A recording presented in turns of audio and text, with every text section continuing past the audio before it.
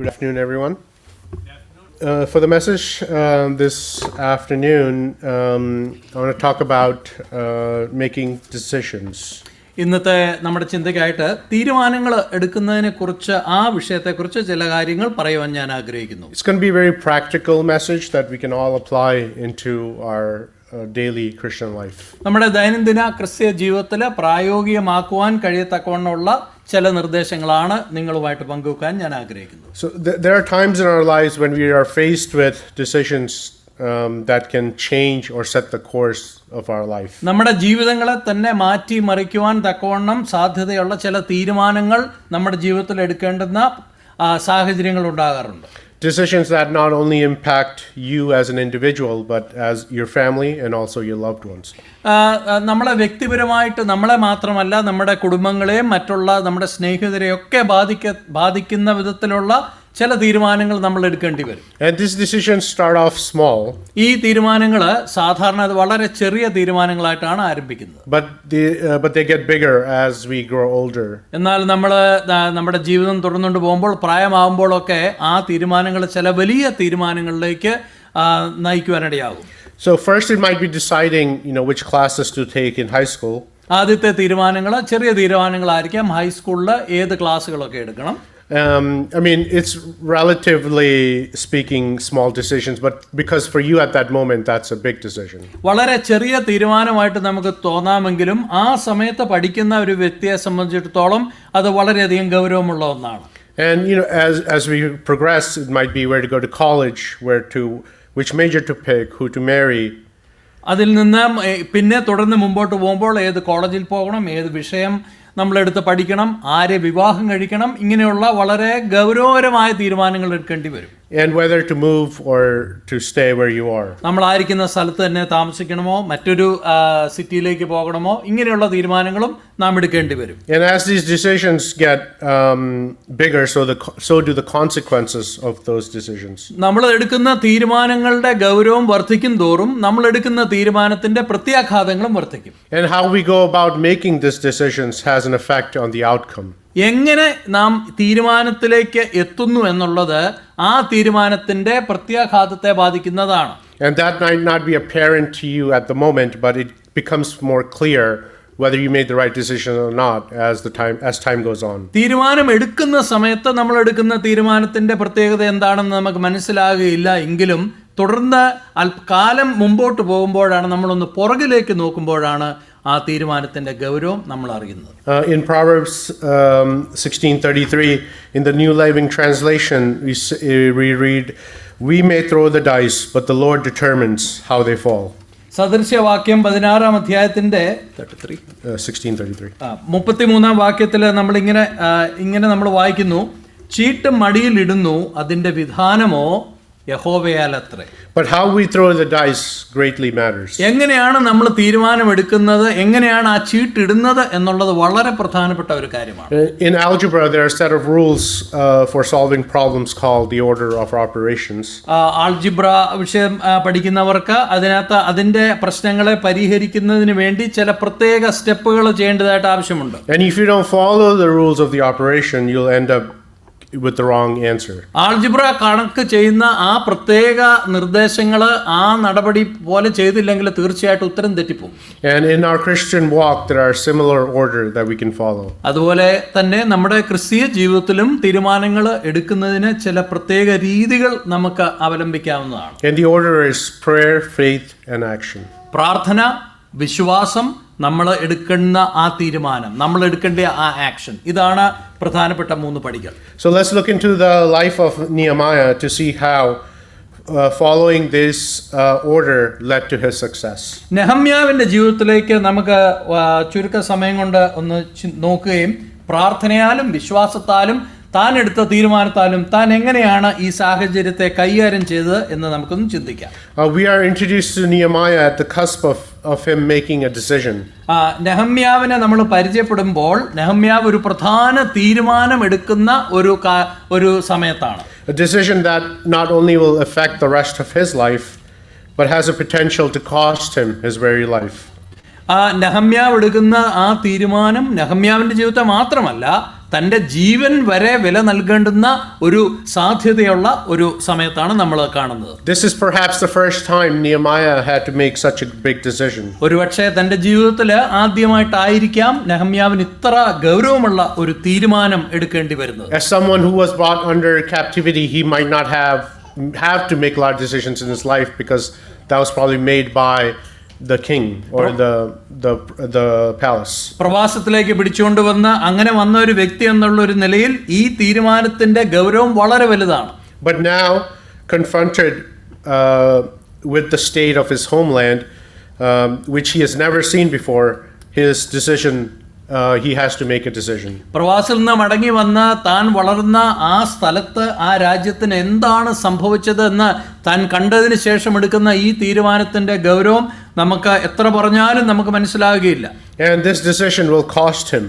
ഈ തീരുമാനത്തിന് വലിയ വില നെഹമ്യാവിന് കൊടുക്കേണ്ടി വരും. It will cost him his comfort, his privileged position and safety. തനിക്കുണ്ടായിരുന്ന എല്ലാ ആനുകൂല്യങ്ങളും തനിക്കുണ്ടായിരുന്ന ആ സംരക്ഷണയൊക്കെ നഷ്ടപ്പെടുവാൻ വേണ്ടി പോകുന്ന ഒരു തീരുമാനമാണ്. The safety of his current life, and he will have to face the harsh reality of living in a land with little to no infrastructure.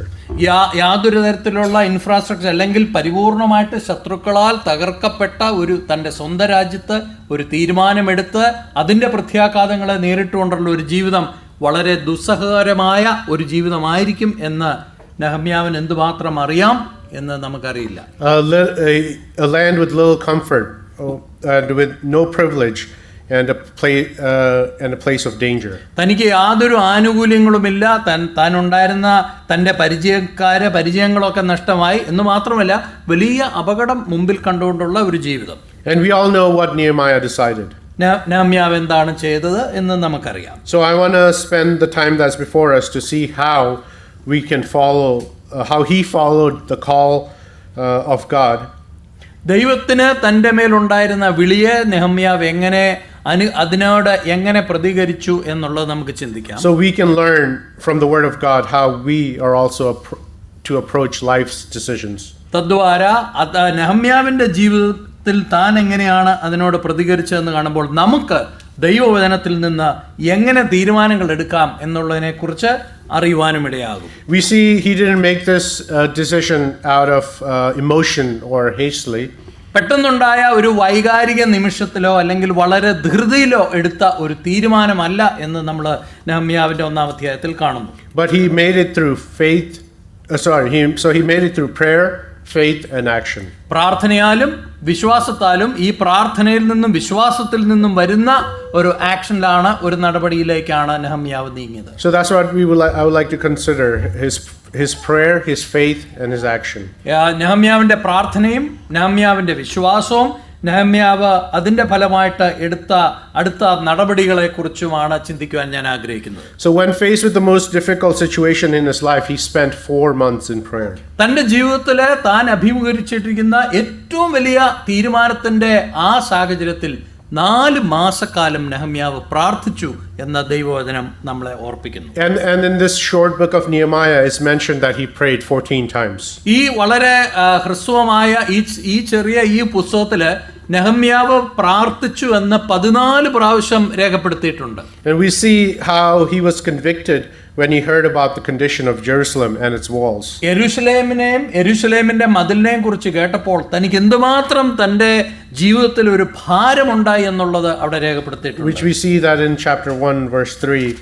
And they said to me, the survivors who are left from the captivity in the province are there in great distress and reproach. The walls of Jerusalem is also broken down and the gates are burned with fire. 1-ാം അധ്യായത്തിന്റെ 3-ാം വാക്യത്തിൽ ഇങ്ങനെ പറയുന്നു, അതിന് അവർ എന്നോട് പ്രവാസത്തിൽ നിന്ന് തെറ്റിയൊഴിഞ്ഞു പോയ ശേഷിപ്പ് അവിടെ ആ സംസ്ഥാനത്ത് മഹാകഷ്ടത്തിലും അപമാനത്തിലും ഇരിക്കുന്നു.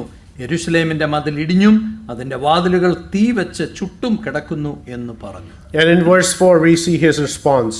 4-ാം വാക്യത്തിലെ നെഹമ്യാവിന്റെ പ്രതികരണം നമുക്ക് വായിക്കാം. So it was when I heard these words, I sat down and wept and mourned for many days. I was fasting and praying before the God of heaven. ഈ വർത്തമാനം കേട്ടപ്പോൾ ഞാൻ ഇരുന്നു കരഞ്ഞു, കുറെ നാൾ ദുഃഖിച്ചും ഉപവസിച്ചും കൊണ്ട് സ്വർഗത്തിലെ ദൈവത്തോട് ഞാൻ പ്രാർത്ഥിച്ചു പറഞ്ഞു എന്തെന്നാൽ. So he mourned and wept for many days അനേക ദിവസങ്ങൾ താൻ ദുഃഖിക്കുകയും കരയുകയും വിലപിക്കുകയും ചെയ്തു എന്ന് ഇവിടെ കാണുന്നു. And we know that many days is a span of about 4 months. നമുക്കറിയാം അനേക ദിവസങ്ങൾ എന്ന് ഇവിടെ ഉദ്ദേശിക്കുന്നത് ഏകദേശം 4 മാസക്കാലമാണ്. And in those 4 months then 4 months later he was still sad about the living situation or the condition of Jerusalem. ഈ 4 മാസത്തെ കരച്ചിലിനും പ്രാർത്ഥനയ്ക്കും ഒക്കെ ഫലമായിട്ടും നെഹമ്യാവ് യെരൂശലേമിനെ നോക്കുമ്പോൾ തന്റെ മനസ്സിൽ വളരെയധികം വ്യസനത്താൽ നിറഞ്ഞിരുന്നു. And he was mourned about a land which he has never seen or lived in. താൻ ഇതുവരെയും ജീവിച്ചിട്ടില്ലാത്ത ആ സ്ഥലത്തേക്ക് വന്ന് നോക്കിയപ്പോൾ തന്റെ ഹൃദയത്തിൽ വളരെയധികം വേദനയുണ്ടായി. But we also see that his sadness and mourning didn't lead him to depression or anger towards God. താൻ പ്രാർത്ഥിച്ചതിന്റെ ഫലമായിട്ട് തന്റെ ഉള്ളിലുണ്ടായിരുന്ന ഒരു വ്യസനത്തെ ആ വ്യസനം നെഹമ്യാവിനെ പൂർണ്ണമായിട്ട് പരാജയപ്പെടുത്തുകയോ ദൈവത്തോട് എന്തെന്നില്ലാത്തൊരു കോപമോ ജ്വലിപ്പിച്ചില്ല എന്ന് നമ്മൾ ശ്രദ്ധിക്കുന്നു. But rather it moved him to bring his sadness to the Lord. എന്നാൽ തന്റെ മുമ്പിൽ ദൈവ മുമ്പിൽ നെഹമ്യാവ് അനുഭവിച്ച ആ ദുഃഖത്തെ ദൈവത്തിന്റെ സന്നിധിയിൽ ഉപയോഗിക്കേണ്ടതിനായിട്ട് കൊണ്ടുവരുന്നതായിട്ട് കാണുന്നു. Which we see in verse 5. And I said, I prayed, Lord God of heaven, O great and awesome God. 5-ാം വാക്യത്തില് ഇങ്ങനെയാണ്, ഞാൻ പ്രാർത്ഥിച്ച് പറഞ്ഞെന്നാൽ സ്വർഗത്തിലെ ദൈവമായ യഹോവേ, നിന്നെ സ്നേഹിച്ച് നിന്റെ കൽപ്പനകളെ പ്രമാണിക്കുന്നവർക്ക് നിയമവും ദയവും പാലിക്കുന്ന മഹാനും ഭയങ്കരനുമായ ദൈവമേ. And from verse 5 to 11 we see a great example of how to pray. 5 മുതൽ 11 വരെയുള്ള വാക്യങ്ങളിൽ എങ്ങനെ പ്രാർത്ഥിക്കണം എന്നുള്ളതിനെ കുറിച്ച് നല്ല ഒരു ഉദാഹരണം, ഒരു മാതൃക അവിടെ കൊടുത്തിട്ടുണ്ട്. And if we had time we would read because it's such a great prayer, but we'll just summarize. സമയത്തിന്റെ കുറവ് കൊണ്ട് അത് മുഴുവൻ വായിക്കാതെ അതൊരു ഹ്രസ്വ രൂപത്തിൽ മാത്രം പറയുവാൻ ആഗ്രഹിക്കുന്നു. We see that he comes to God in humility. ദൈവം മുമ്പാകെ വളരെ താഴ്മയോടെ നെഹമ്യാവ് വരുന്നതായിട്ട് കാണുന്നു. Not as a cupbearer of the most important man on earth. ഈ ലോകത്തിലെ വലിയ പാനപാത്രവാഹകനാണെന്നുള്ള ആ വലിയ ഒരു പ്രൗഢിയും ആ അഹങ്കാരവും ഒന്നുമില്ലാതെ താഴ്മയിൽ ദൈവം മുമ്പാകെ വരുന്നു. But he comes to God as a servant. ദൈവം മുമ്പാകെ താൻ വരുന്നത് ഒരു ദാസനായിട്ടാണ്, ഒരു വേലക്കാരനായിട്ടാണ്. He acknowledges God and pleads for his attention. ദൈവം ആരാണെന്ന് താൻ മനസ്സിലാക്കുകയും അത് അക്നോളജ് ചെയ്യുകയും ദൈവത്തിന്റെ ശ്രദ്ധ താനൊന്ന് ക്ഷണിക്കുകയും ചെയ്യുകയാണ്. He confesses not only his father's sins but his own sin. തന്റെ പിതാക്കന്മാരുടെ പാപം മാത്രമല്ല തന്റെ സ്വന്തം പാപങ്ങളെയും ദൈവം മുമ്പാകെ വന്ന് ഏറ്റുപറഞ്ഞുപേക്ഷിച്ചു. Without offering any excuses. യാതൊരു തരത്തിലുള്ള ഒഴികഴിവുകളും നെഹമ്യാവ് ദൈവം മുമ്പാകെ കൊടുത്തില്ല. He asked God to remember his promises which he had made to the nation of Israel through Moses. മോശയിലൂടെ ഇസ്രായേൽ ജനതയ്ക്ക് അവിടുന്ന് നൽകിയിരിക്കുന്ന വാഗ്ദത്തങ്ങളെ അവിടുന്ന് ഓർക്കണമേ എന്ന് ദൈവത്തോട് നെഹമ്യാവ് പ്രാർത്ഥിച്ചു. And again he begs God for mercy in the sight of the king. രാജാവിന്റെ മുമ്പാകെ താൻ ഉദ്ദേശിക്കുന്ന കാര്യം സാധിക്കേണ്ടതിന് ദൈവമേ അവിടുന്ന് കരുണ കാണിക്കണമേ എന്ന് നെഹമ്യാവ് പ്രാർത്ഥിച്ചു. But we see that Nehemiah even doesn't refer to the king. He just says, grant him mercy in sight of this man. അവിടെ രാജാവിന്റെ മുമ്പാകെ എനിക്ക് കരുണ നൽകണമേ എന്ന് പ്രാർത്ഥിക്കുന്നതിന് പകരം ഈ മനുഷ്യന്റെ മുമ്പാകെ എനിക്ക് കരുണ നൽകണമേ എന്നാണ് നെഹമ്യാവ് പ്രാർത്ഥിച്ചത്. Because Nehemiah understood the might and the power of God. ദൈവത്തിന്റെ സർവാധിപത്യവും ദൈവത്തിന്റെ ശക്തി എന്താണെന്ന് മനസ്സിലാക്കിയതിന്റെ ഫലമായിട്ടാണ് അങ്ങനെ ഒരു പ്രാർത്ഥന നെഹമ്യാവ് കഴിച്ചത്. He knew no matter how powerful man is, God is greater. മനുഷ്യൻ എന്തുമാത്രം അധികാരവും ബലവും ഉണ്ടെങ്കിലും ദൈവം അതിനൊക്കെ മേലെയാണ് എന്ന് നെഹമ്യാവ് നന്നായി മനസ്സിലാക്കി. And when we compare to God, the most powerful king in the earth is just a man. ദൈവവുമായിട്ട് നമ്മളൊന്ന് താരതമ്യം ചെയ്യുമ്പോൾ ലോകത്തിൽ എത്രയധികം ശക്തിയുള്ള ബലമുള്ള അധികാരമുള്ള രാജാവും ദൈവത്തിന് താഴെ നിൽക്കുകയുള്ളൂ എന്നുള്ളത് നെഹമ്യാവിന് അറിയാം. And we see that in chapter 2, he acknowledges God for answering his prayer. 2-ാം അധ്യായത്തിൽ വരുമ്പോൾ തന്റെ പ്രാർത്ഥന ദൈവം കേട്ടു മറുപടി തന്നു എന്ന് ഉള്ള ഒരു നന്ദി പ്രകടനമാണ് നെഹമ്യാവ് നടത്തുന്നത്. We see that in chapter 2, in the second part of verse 8, it says, the king granted them meaning the things that he was asking for, according to the good hand of the God, of my God was upon me. എന്റെ ദൈവത്തിന്റെ ദയയുള്ള കൈ കൊണ്ട് രാജാവിൽ നിന്ന് എനിക്ക് ലഭിക്കേണ്ട ആ അനുവാദങ്ങളൊക്കെ ലഭിച്ചു എന്ന് നെഹമ്യാവോട് നന്ദി പറയുന്നു. Nehemiah knew his blessings came from God and not from the king. തന്റെ അനുഗ്രഹങ്ങളൊക്കെയും ദൈവത്തിൽ നിന്നാണ് വരുന്നത്, രാജാവിൽ നിന്നല്ല എന്ന് വ്യക്തമായി നെഹമ്യാവിന് അറിയാമായിരുന്നു. And it was only because of God's mercy that he was not killed. ദൈവത്തിന്റെ കരുണ കൊണ്ട് മാത്രമാണ് നെഹമ്യാവ് കൊല്ലപ്പെടാതിരുന്നത്. Not only that he was not killed, he got all that he requested from the king and more. രാജാവിന്റെ മുമ്പാകെ പോയി ഇപ്രകാരം ഒരു ആവശ്യം ഉണർത്തിച്ചുകൊണ്ട് തന്റെ ജീവൻ നഷ്ടപ്പെട്ടില്ല എന്ന് മാത്രമല്ല, താൻ ചോദിച്ചതൊക്കെയും ഈ രാജാവ് നെഹമ്യാവിന് കൊടുത്തു. We also see in Romans 10:17 that faith not only comes from just praying but also from the word of God. നമ്മൾ റോമാലേഖനം 10-ാം അധ്യായത്തിൽ നമ്മൾ ഇങ്ങനെയാണ് റോമാലേഖനം 10-ാം അധ്യായം അതിന്റെ 17-ാം വാക്യത്തിൽ നമ്മൾ വായിക്കുന്നത്, വിശ്വാസത്താൽ വിശ്വാസത്താൽ കേൾവിയിലൂടെയാണ് വിശ്വാസം വരുന്നത്, അത് മാത്രമല്ല ദൈവ വചനത്തിലൂടെയും വിശ്വാസം വരുന്നു. Hearing the word of God.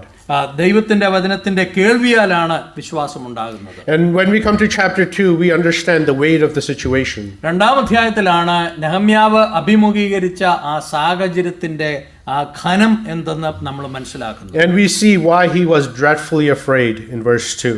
ഇത്ര വലിയ ഭയം തനിക്കുണ്ടാകുവാനുള്ള കാരണം എന്താണെന്ന് 2-ാം വാക്യത്തിൽ കൊടുത്തിട്ടുണ്ട്. And we're not going to read because we're familiar with the story, but we know that he was sad in the presence of the king. രാജാവിന്റെ മുമ്പാകെ വന്നപ്പോൾ താൻ വളരെ ദുഃഖത്തോടെ ഇരിക്കുന്നു എന്ന് ഇവിടെ രേഖപ്പെടുത്തിയിരിക്കുന്നു. And it wasn't appropriate to be sad in the presence of the king. ഒരു രാജാവിന്റെ മുമ്പിൽ ചെല്ലുമ്പോൾ ദുഃഖത്തോടെ ഇരിക്കുക എന്ന് പറയുന്നത് ഒട്ടും ശരിയായ ഒരു കാര്യമല്ല. Because the presence of the king was thought to have made people happy. കാരണം ഒരു രാജാവിന്റെ മുമ്പാകെ ഒരു വ്യക്തി പ്രത്യക്ഷപ്പെടുമ്പോൾ ആ വ്യക്തി എല്ലാ തരത്തിലും സന്തുഷ്ടനായിരിക്കും എന്നുള്ള ഒരു പ്രതീക്ഷയുണ്ട്. He was also going to ask the king permission to leave the presence of the king.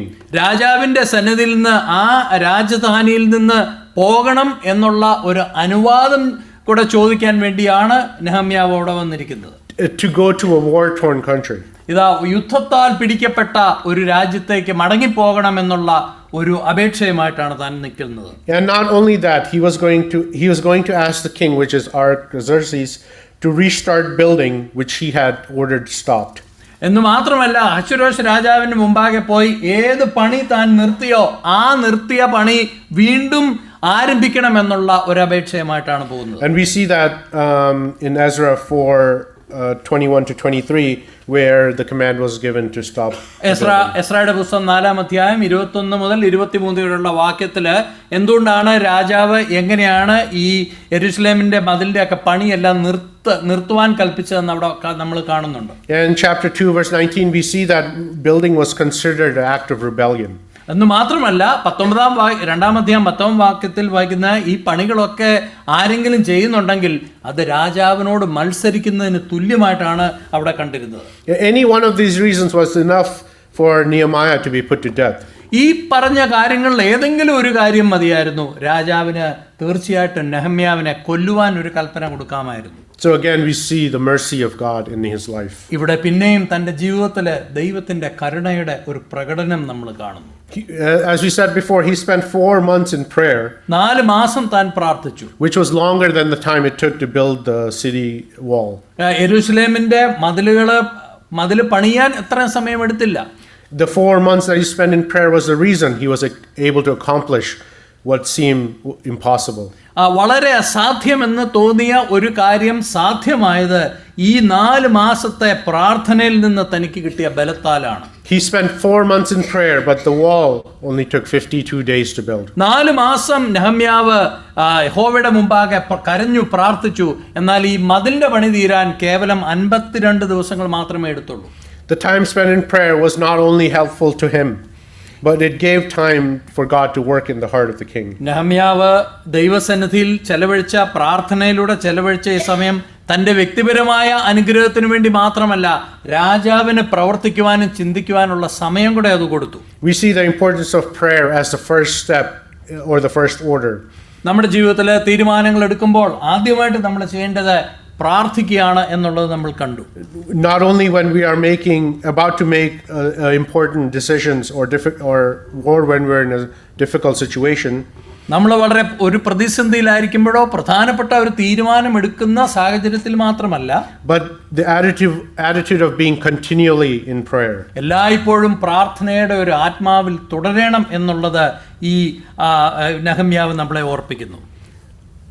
And thanking God for his provision. ദൈവം നൽകിയിരിക്കുന്ന എല്ലാ ദാനങ്ങൾക്കും നന്ദി പറഞ്ഞുകൊണ്ടുള്ള ഒരു പ്രാർത്ഥന നാം കഴിക്കേണ്ടത് ആവശ്യമാണ്. Nehemiah was a great example of someone who prayed without ceasing. നിരന്തരം ഇടവിടാതെ നിർത്താതെ പ്രാർത്ഥിക്കുക എന്നുള്ളതിന് ഒരു നല്ല ഉദാഹരണമാണ് നെഹമ്യാവ്. Now we see the fruit of the time spent in prayer, which is faith.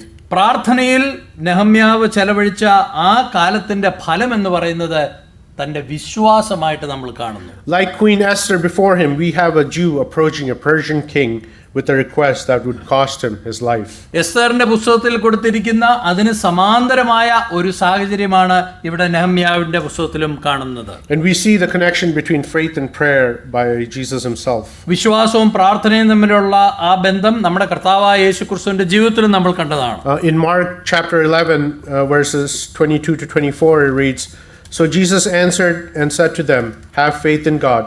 For surely I say to you, whoever says to this mountain, be removed and be cast into the sea, and does not doubt in his heart, but believes that those things he says, it will be done, he will have whatever he says. Therefore I say to you, whatever thing you ask when you pray, believe that you will receive them and you will have them." നമ്മുടെ കർത്താവ് ഈ ഭൂമിയിലായിരുന്നപ്പോൾ തന്റെ ശിഷ്യന്മാരെ പഠിപ്പിച്ച ഈ താൻ പറഞ്ഞ വാക്കുകൾ മർക്കോസിന്റെ സുവിശേഷം 11-ാം അധ്യായം 22 മുതലുള്ള വാക്യങ്ങളിലുണ്ട്. യേശു അവരോടുത്തരം പറഞ്ഞ്, ദൈവത്തിൽ വിശ്വാസമുള്ളവരായിരിപ്പീൻ, ആരെങ്കിലും തൻ്റെ ഹൃദയത്തിൽ സംശയിക്കാതെ താൻ പറയുന്നത് സംഭവിക്കുമെന്ന് വിശ്വസിച്ചുകൊണ്ട് ഈ മലയോട് നീ നീങ്ങി കടലിൽ ചാടിപ്പോക എന്ന് പറഞ്ഞാൽ അവൻ പറഞ്ഞതുപോലെ സംഭവിക്കും എന്ന് ഞാൻ സത്യമായിട്ട് നിങ്ങളോട് പറയുന്നു. Nehemiah also had faith to wait in prayer for 4 months. പ്രാർത്ഥനയിൽ 4 മാസക്കാലം താൻ എന്തിനു വേണ്ടി പ്രാർത്ഥിച്ചോ അതിനുവേണ്ടി കാത്തിരിക്കുവാനുള്ള ക്ഷമയും നെഹമ്യാവിനുണ്ടായിരുന്നു, വിശ്വാസവും ഉണ്ടായിരുന്നു. He had to wait 4 months before he was presented with an opportunity by God. തന്റെ മുമ്പിൽ ദൈവം ഒരു അവസരം സാഹചര്യം ഒരുക്കുന്നതിന് 4 മാസ സമയം നെഹമ്യാവ് ദൈവമുമ്പാകെ പ്രാർത്ഥിച്ചു. An opportunity to make his request before the king. രാജാവിന്റെ മുമ്പാകെ ഈ തന്റെ ആവശ്യം ഒന്ന് അവതരിപ്പിക്കുന്നതിന് ഈ പ്രാർത്ഥനയിൽ ചെലവഴിച്ച 4 മാസങ്ങൾ നെഹമ്യാവ് തക്കത്തിൽ ഉപയോഗിച്ചു. And we see that he waited. He didn't force the issue or he didn't take matters into his own hands. നെഹമ്യാവ് വളരെ ശാന്തമായിട്ട് കാത്തിരുന്നു. തന്റെ സ്വന്തം ബുദ്ധിയിൽ പ്രവർത്തിച്ചില്ല. തന്റെ ഈ ആവശ്യം എങ്ങനെയെങ്കിലും സാധിക്കണമെന്ന് പറഞ്ഞ് രാജാവിന്റെ മേൽ യാതൊരു സമ്മർദ്ദവും ചെലുത്തിയില്ല. But he waited in faith. വിശ്വാസത്താൽ നെഹമ്യാവ് കാത്തിരുന്നു. I found this quote by a brother named Warren Wiersbe. It says, "When you wait on the Lord in prayer, you're not wasting your time, you're investing it." പ്രഗൽഭ ദൈവദാസന്മാരിൽ ഒരാളായ Warren വിയർസ്ബിയുടെ ഈ വാക്കുകൾ ഞാൻ കഴിഞ്ഞ ദിവസം വായിച്ചു. നമ്മൾ ദൈവത്തിന് വേണ്ടി പ്രാർത്ഥനയിൽ ഒരു കാര്യം നേടുവാൻ വേണ്ടി കാത്തിരിക്കുന്നത് നമ്മുടെ സമയം നമ്മൾ നഷ്ടമാക്കുകയല്ല, നമ്മുടെ സമയം നമ്മൾ അവിടെ നിക്ഷേപിക്കുകയാണ്. Nehemiah also had faith to ask the king. നെഹമ്യാവിന്റെ വിശ്വാസത്തിന്റെ മറ്റൊരു പ്രത്യേകത എന്ന് പറഞ്ഞ് രാജാവിന്റെ അടുത്ത് പോയി തന്റെ കാര്യം തന്റെ ആവശ്യം അവതരിപ്പിക്കുവാനുള്ള വിശ്വാസം ഉണ്ടായിരുന്നു. Ask for what would seem impossible request. അസാധ്യമായ ഒരു കാര്യവും ഈ രാജാവിന്റെ മുമ്പാകെ കൊണ്ടുപോയി അവതരിപ്പിക്കുവാൻ നെഹമ്യാവിന് വിശ്വാസം. To ask the king to go back on his own decree. ഒരു പണിയും നടത്തരുത് എന്ന് പറഞ്ഞ രാജാവിന്റെ ആ കൽപ്പനയെ ഒന്ന് നേരെ തിരിച്ച് അത് റദ്ദാക്കുവാൻ തക്കവണ്ണം നെഹമ്യാവിന്റെ ആ റിക്വസ്റ്റ് രാജാവിന്റെ അടുത്ത് വന്നു. But because of the time spent in faith, because of the time spent in prayer, Nehemiah had faith to ask. ഇതൊക്കെ പറയുവാനുള്ള വിശ്വാസം എവിടെ നിന്നാണ് നെഹമ്യാവിന് കിട്ടിയത്? 4 മാസക്കാലം ദൈവം മുമ്പാകെ പ്രാർത്ഥനയോടെ ശ്രദ്ധയോടെ കാത്തിരുന്നത് കൊണ്ടാണ്. And we see that request in chapter 2, verses 1 to 4. നെഹമ്യാവ് 2-ാം അധ്യായത്തിന്റെ ആദ്യത്തെ 4 വാക്യങ്ങളിൽ രാജാവിന്റെ മുമ്പാകെ നെഹമ്യാവ് അവതരിപ്പിക്കുന്ന ഈ റിക്വസ്റ്റിനെ നമ്മൾ കാണുന്നു. I'll just read the second part of I'll just read the chapter from 1 to 4. And it came to pass in the month of Nisan, the 20th year of King Artaxerxes, when wine was before him, that I took the wine and gave it to the king. Now I have never been sad in the presence of his presence before. Therefore the king said to me, Why is your face sad, since you are not sick?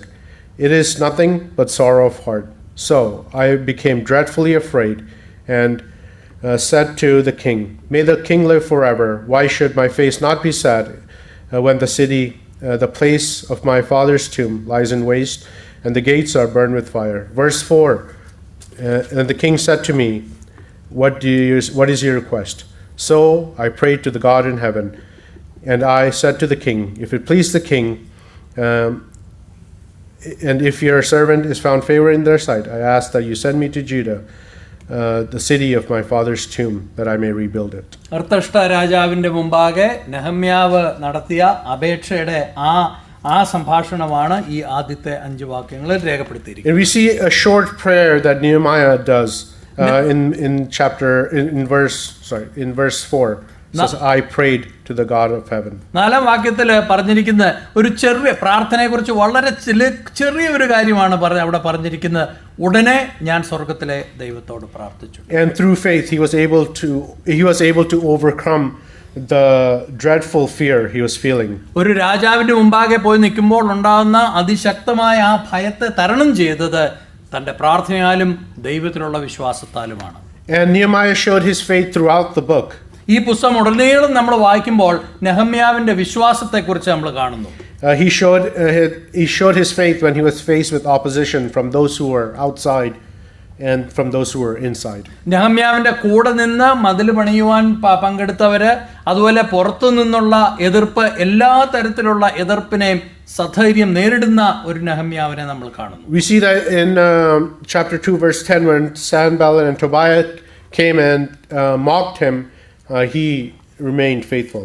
ഇതാ 10-ാം വാക്യത്തിലെ സൻബല്ലത്തും തോബിയാവും വന്ന് നെഹമ്യാവെ നീ എന്താണ് ചെയ്യുന്നതെന്ന് പറഞ്ഞ് തന്നെ പരിഹസിച്ചപ്പോഴും ആ വിശ്വാസം നഷ്ടപ്പെടാതെ നിൽക്കുന്ന ഒരു നെഹമ്യാവിനെ നമ്മൾ കാണുന്നു. And chapter 4 and verse 2, when they were facing threats and facing problems from his own people from inside the wall, he remained faithful.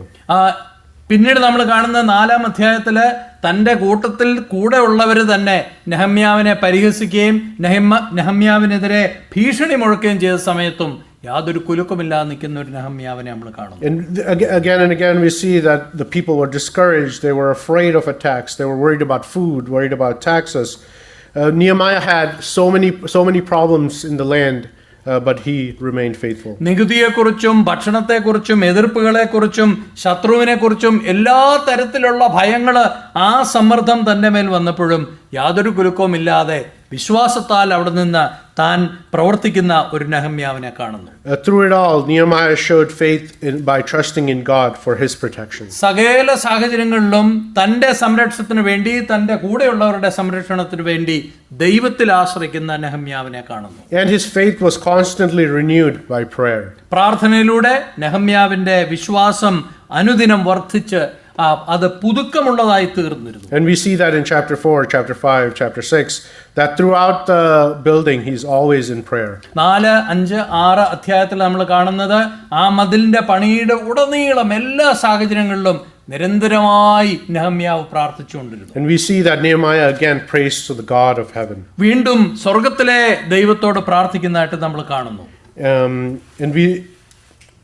And we see in Proverbs, going back to the request, we see that in Proverbs 21:1, we see the king's heart is in the hand of the Lord, like a river of water. He turns it to wherever he wishes. സദൃശവാക്യം 21-ാം അധ്യായത്തിന്റെ 1-ാം വാക്യത്തിൽ ഇങ്ങനെ പറയുന്നു, രാജാവിന്റെ ഹൃദയം യഹോവയുടെ കയ്യിൽ നീർത്തോട് കണക്കെ ഇരിക്കുന്നു, തനിക്ക് ഇഷ്ടമുള്ളിടത്തൊക്കെയും അവൻ അതിനെ തിരിക്കുന്നു. We see this combination of faith and prayer and with this combination of faith and prayer, he was not paralyzed by fear and doubts, but he was able to act. വിശ്വാസവും പ്രാർത്ഥനയും ഇത് രണ്ടും കൂടിയ ഈ ചേരുവക കൊണ്ട് നെഹമ്യാവ് മുമ്പോട്ട് തൻ്റെ ജീവിതം നയിച്ചുമ്പോൾ യാതൊരു തരത്തിലുള്ള എതിർപ്പിനും ഭീഷണിക്കും തന്നെ കഴിയുവാൻ സാധ്യമായിരുന്നില്ല എന്ന് നമ്മൾ കാണുന്നു. And also as a result of his prayer and faith, Nehemiah was able to take action to set out to accomplish what God had raised him up to do. പിന്നീട് നമ്മൾ കാണുന്ന പ്രാർത്ഥനയാലും വിശ്വാസത്താലും നിറഞ്ഞിരുന്ന ആ നെഹമ്യാവ് അടുത്തായിട്ട് പ്രവൃത്തി പദത്തിലേക്ക് കയറുന്നതായിട്ട് നമ്മൾ കാണുന്നു. And we see that he received what he was asking for.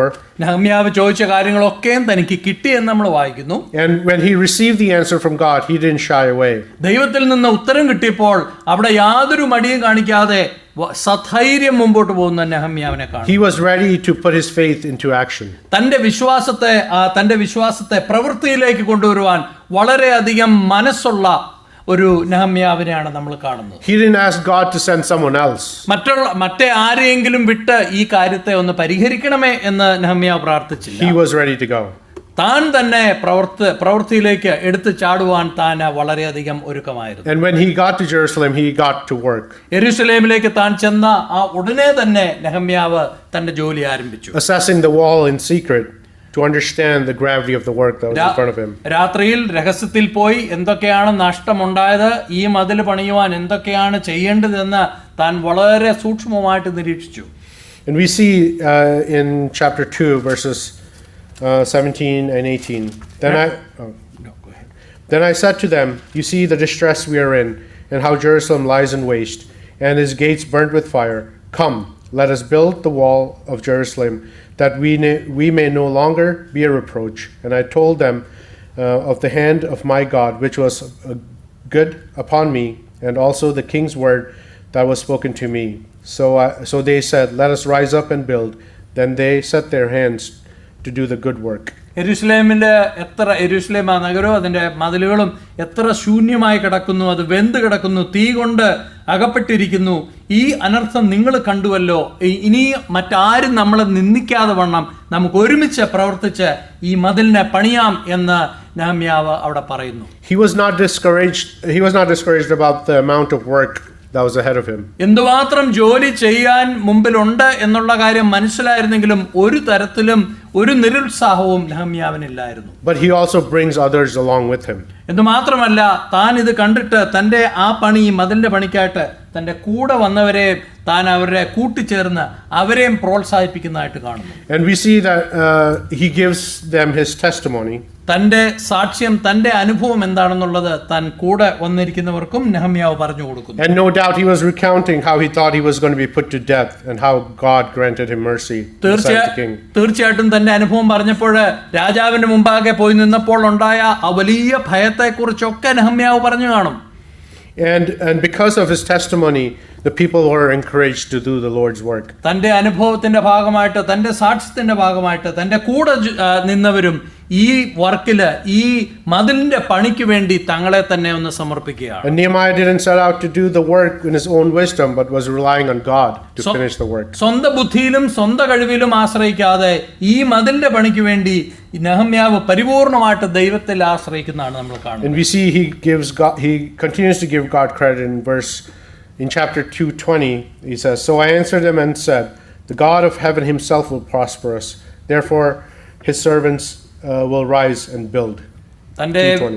തന്റെ വിശ്വാസത്തെക്കുറിച്ചുള്ള ഒരു സത്യവാചകമാണ് 20-ാം വാക്യത്തിൽ അവിടെ കൊടുക്കുന്ന, സ്വർഗത്തിലെ ദൈവം ഞങ്ങൾക്ക് കാര്യം സാധിപ്പിക്കും, ആകയാൽ അവന്റെ ദാസന്മാരെ ഞങ്ങൾ എഴുന്നേറ്റ് പണിയും, നിങ്ങൾക്കോ യെരൂശലേമിൽ ഒരു ഓഹരിയും അവകാശവും ജ്ഞാപകവുമില്ല എന്നുത്തരം പറഞ്ഞു.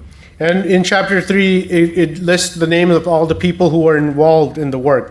ഈ യെരൂശലേമിന്റെ മതിൽ പണിക്ക് വേണ്ടി ആരൊക്കെ അതിൽ പങ്കെടുത്തോ അവരുടെ ഒരു പട്ടിക, ഒരു റോസ്റ്ററാണ് 3-ാം അധ്യായത്തിൽ കാണുന്നത്. And in chapter 4 we see how hard they worked.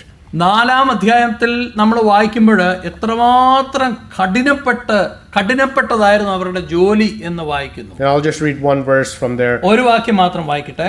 Verse 17 from chapter 4. Those who built on the wall and those who carried burdens loaded themselves, so that one hand they worked at construction and the other hand they held a weapon. ചുമടെടുക്കുന്ന ചുമട്ടുകാർ ഒരു കൈ കൊണ്ട് വേല ചെയ്യുകയും മറ്റേ കൈ കൊണ്ട് ആയുധം പിടിക്കുകയും ചെയ്തു. അത്രമാത്രം കഷ്ടപ്പെട്ടാണ് അവർ ജോലി ചെയ്തത്. Because of the threats they were facing, and it didn't stop them from working. അവർക്ക് നേരെ ധാരാളം ഭീഷണികൾ ഉണ്ടായിരുന്നു, എന്നിട്ടും ആ ജോലി അവർ നിർത്തിയില്ല. And just like that, the work in the church takes all of its members. അങ്ങനെയാണ് നമ്മുടെ ഒരു സഭയുടെ പ്രവൃത്തിയിലേക്ക് വരുമ്പോഴും നമ്മൾ എല്ലാവരും കൂടെ ഒരുമിച്ച് പ്രവർത്തിച്ചെങ്കിൽ മാത്രമേ മതിയാവുകയുള്ളൂ. Just like the people, all those names listed in chapter 3, they all had different gifts. മൂന്നാം അധ്യായത്തിൽ ആ ജോലിക്കാരുടെ എല്ലാം പേര് കൊടുത്തിട്ടുണ്ട്. അവർക്കൊക്കെ പല പല മേഖലകളിലായിരുന്നു കഴിവുണ്ടായിരുന്നത്. Just like that, we also have spiritual gifts and God-given abilities. അതുപോലെ തന്നെ സഭയിലേക്ക് വരുമ്പോഴും നമുക്ക് എല്ലാവർക്കും പല മേഖലകളിൽ ദൈവം കഴിവുകൾ, താലന്തുകൾ തന്നിട്ടുണ്ട്. നമ്മൾ അത് ഉപയോഗിക്കേണ്ടത് ആവശ്യമാണ്. Which we can use to work in our assembly. നമ്മുടെ സഭയിൽ നമ്മൾ എല്ലാവരും നമ്മുടെ കഴിവുകളെയും താലന്തുകളെയും കൊണ്ടുവരുമ്പോൾ ദൈവത്തിനു വേണ്ടി വലിയ കാര്യങ്ങൾ ചെയ്യുവാൻ കഴിയും. Because Nehemiah could have never accomplished this on his own. കാരണം നെഹമ്യാവ് ഒറ്റയ്ക്ക് ഒരു തരത്തിലും ഈ മതിലിന്റെ പണി തീർക്കുവാൻ കഴിയുമായിരുന്നില്ല. Just like the work in the church cannot be done by the elders. ഒരു സഭയുടെ പ്രവൃത്തി, ഒരു സഭയിലെ ശുശ്രൂഷകള് എൽഡേഴ്സ് മാത്രം വിചാരിച്ചാൽ ചെയ്യാവുന്ന ഒരു കാര്യമല്ല. And just like Queen Esther before him, Nehemiah was raised up for such a time as this. Esther രാജ്ഞിയെ പോലെ ഇങ്ങനെ ഒരു സമയത്തിന് വേണ്ടി, ഏറ്റവും അനുയോജ്യമായ സമയത്തിന് വേണ്ടി ഉയർത്തപ്പെട്ട വ്യക്തിയാണ് നെഹമ്യാവ്. And he was put into the palace of the king. നെഹമ്യാവും അതുപോലെ തന്നെ രാജാവിന്റെ കൊട്ടാരത്തിലായിരുന്നു തന്നെ ആദ്യമാക്കിയിരുന്നത്. He was granted wisdom to be a great leader and a great builder. ഒരു വലിയ നേതാവാകുവാൻ വേണ്ടി ഉള്ള സകലവിധ പരിജ്ഞാനവും സകലവിധ ബുദ്ധിയും നെഹമ്യാവിന് കൊട്ടാരത്തിൽ നിന്ന് ലഭിച്ചു. And granted favor in front of a pagan king. എന്ന് മാത്രമല്ല, ദൈവത്തിൽ വിശ്വാസമില്ലാത്ത ഒരു രാജാവിന്റെ മുമ്പാകെ തനിക്ക് വളരെയധികം ആനുകൂല്യങ്ങളും കിട്ടി. Not that so he could be the best cupbearer in the kingdom. അതിന്റെ എല്ലാ ഉദ്ദേശം ഈ രാജ്യത്തിലെ ഈ രാജാവിന്റെ ഏറ്റവും നല്ല പാനപാത്രവാഹകനായിരിക്കുക എന്നുള്ളതല്ലായിരുന്നു അവിടുത്തെ ഉദ്ദേശം. Not to build a better and more comfortable life for him and his family. തന്റെ ജീവിതത്തിനും തന്റെ കുടുംബാംഗങ്ങളുടെ സ്നേഹിതരുടെ ജീവിതത്തിന് നല്ല ഒരു ജീവിതം ഉണ്ടാകുമല്ലോ എന്നുള്ള ഒരു താല്പര്യമായിരുന്നില്ല നെഹമ്യാവിനുണ്ടായിരുന്നത്. Just like Moses, he gave up the comfort of the palace. മോശെ പോലെ തന്നെ കൊട്ടാരത്തിലെ രാജാവിന്റെ രാജധാനിയിലെ എല്ലാവിധ സുഖ സൗകര്യങ്ങളും വെടിഞ്ഞാണ് നെഹമ്യാവ് ജോലിക്കായിട്ട് പുറത്തേക്ക് ഇറങ്ങുന്നത്. Nehemiah gave it all up to follow the calling that God has put in his heart. ദൈവം തന്റെ മേൽ ഏൽപ്പിച്ചിരിക്കുന്ന, ദൈവം നൽകിയിരിക്കുന്ന വിളി അതനുസരിക്കുന്നതിന് വേണ്ടി തന്റെ എല്ലാവിധ സുഖ സൗകര്യങ്ങളും വിട്ട്, ആനുകൂല്യങ്ങളും വിട്ട് മുമ്പോട്ട് നെഹമ്യാവ് പോയി. He was given talents and gifts and even all the materials he needed to work for the King of Kings and the Lord of Lords. രാജാതിരാജാവും കർത്താവുമായ ജീവനുള്ള ദൈവത്തിന്റെ നാമത്തിന്റെ മഹത്വത്തിനായി പ്രവർത്തിക്കുന്നതിന് വേണ്ടി എല്ലാവിധത്തിലുള്ള ആനുകൂല്യങ്ങളും ബുദ്ധിയും കഴിവും കൃപയും നെഹമ്യാവിന് ദൈവം കൊടുത്തു. And just like that, just like Nehemiah, we are also given gifts and talents. നെഹമ്യാവിനെ പോലെ എനിക്കും നിങ്ങൾക്കും ദൈവം ചില താലന്തുകളും ചില കഴിവുകളും തന്നിട്ടുണ്ട്. We are given everything we need to work for the kingdom. ദൈവരാജ്യത്തിന് വേണ്ടി പ്രവർത്തിക്കുന്നതിനായിട്ട് നമുക്ക് ആവശ്യമായിട്ടുള്ള എല്ലാ കഴിവുകളും താലന്തുകളും വിഭവങ്ങളും ദൈവം നമുക്ക് തന്നിട്ടുണ്ട്. And to work for the kingdom and for the work that he has put into each one of our hearts. ദൈവരാജ്യത്തിന് പ്രവർത്തിക്കുന്നതിന് വേണ്ടി നമ്മുടെയൊക്കെ ഹൃദയങ്ങളിൽ ദൈവം ഓരോ ഉത്തരവാദിത്തങ്ങൾ നമ്മിൽ നിക്ഷേപിച്ചിട്ടുണ്ട്. But how are we using the gifts and talents God has given us? എന്നാൽ ദൈവം നൽകിയിരിക്കുന്ന ഈ കഴിവുകളൊക്കെ നമ്മൾ എങ്ങനെയാണ് ഉപയോഗിക്കുന്നത്? Are we misappropriating the things that God has given us? ദൈവം നമുക്ക് നൽകിയിരിക്കുന്ന കഴിവുകളെയും താലന്തുകളെയൊക്കെ നമ്മൾ ദുരുപയോഗം ചെയ്യുകയാണോ? Are we only using it to enrich the companies that we work for? അല്ലെങ്കിൽ നമ്മളൊക്കെ ജോലി ചെയ്യുന്ന ജോലി സ്ഥാപനങ്ങൾ അവർ നന്നാകുന്നതിന് വേണ്ടി മാത്രമാണോ അത് ഉപയോഗിക്കുന്നത്? Or are we developing them to work, developing our gifts for the work of the heavenly kingdom? അതോ സ്വർഗരാജ്യത്തിന്റെ അഭിവൃദ്ധിക്ക് വേണ്ടി നമ്മളിൽ നിക്ഷിപ്തമായിരിക്കുന്ന ഈ കഴിവുകളൊക്കെ നമ്മൾ ഉപയോഗിക്കുകയാണ്? A kingdom where you won't be laid off or replaced by someone else. ദൈവരാജ്യത്തില് നമുക്ക് ജോലി നഷ്ടമല്ല, നമുക്ക് പകരം നമ്മളെ കളഞ്ഞിട്ട് വേറൊരാളെ കൊണ്ടുവരികയില്ല. So just like the people who responded to Nehemiah, let us also rise up and build. Just like the people of Jerusalem who responded to Nehemiah, യെരൂശലേമിലുള്ള ആളുകൾ നെഹമ്യാവിനോട് പ്രതികരിച്ചതുപോലെ let us also rise up and build and set our hands for the great work. നമ്മുടെ ദൈവം നമ്മുടെ മുമ്പാകെ നമ്മെ ഏൽപ്പിച്ചിരിക്കുന്ന ആ വലിയ പ്രവൃത്തിക്ക് വേണ്ടി നമുക്ക് ഒരുമിച്ച് കൂട്ടുകൂടാം. And as we set our minds to work for the Lord, കർത്താവായ യേശുക്രിസ്തുവിന് വേണ്ടി പ്രവർത്തിക്കുവാൻ നമ്മുടെ മനസ്സുകളെ നമ്മൾ ഒരുമിപ്പിക്കുമ്പോൾ let's also spend time in prayer. പ്രാർത്ഥിക്കേണ്ടത് തീർച്ചയായിട്ടും നമ്മൾ പ്രാർത്ഥിക്കേണ്ടത് ആവശ്യമാണ്. And the faith that we receive in prayer, that we would also put into action. നമ്മുടെ പ്രവൃത്തിയിൽ നമുക്ക് സഹായകരമാകുന്ന ആ വിശ്വാസം നമുക്കിത് ലഭിക്കുന്നത് പ്രാർത്ഥനയുടെ സമയങ്ങളിലൂടെ മാത്രമാണ്. May His name be glorified. ദൈവത്തിന്റെ നാമം മഹത്വപ്പെടുമാറാകട്ടെ.